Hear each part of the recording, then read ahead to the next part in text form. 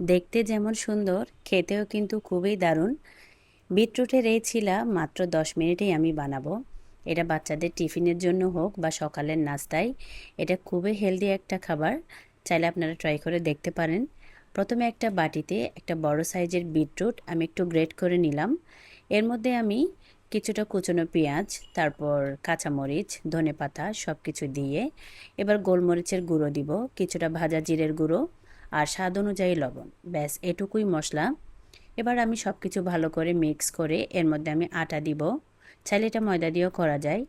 আর চাইলে এটা আটা, ময়দা বা বেসন যেটাই থাকুক সব কিছু দিয়ে কিন্তু এটা করা যাবে। এবার প্রয়োজন অনুযায়ী অল্প অল্প করে পানি দিয়ে আমি একটা ঘন থকথকে ব্যাটার তৈরি করব। অনেকটা প্যানকেকের ব্যাটারের মতো হবে।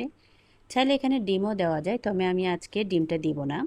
এবার একটা ফ্রাইং প্যানে অল্প একটু ঘি দিয়ে আমি 2 চামচ এখান থেকে ব্যাটার নিয়ে একটু চ্যাপটা করে দিলাম।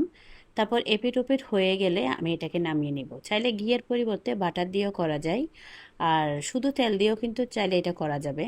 এবার একটা ডিপ বানানোর জন্য আমি একটা বাটিতে কিছুটা টক দই নিব, এর মধ্যে সামান্য একটু লবণ, তারপর একটু গোলমরিচের গুঁড়ো আর একটু চিনি দিয়ে এবার আমি মিক্স করেই ব্যাস এটা রেডি। এটা চিলার সাথে খেতে খুব ভালো লাগে। চাইলে আপনারা ট্রাই করে দেখতে পারেন। কেমন হয়েছে জানাবেন। আজকে এ পর্যন্ত। আসসালামু আলাইকুম।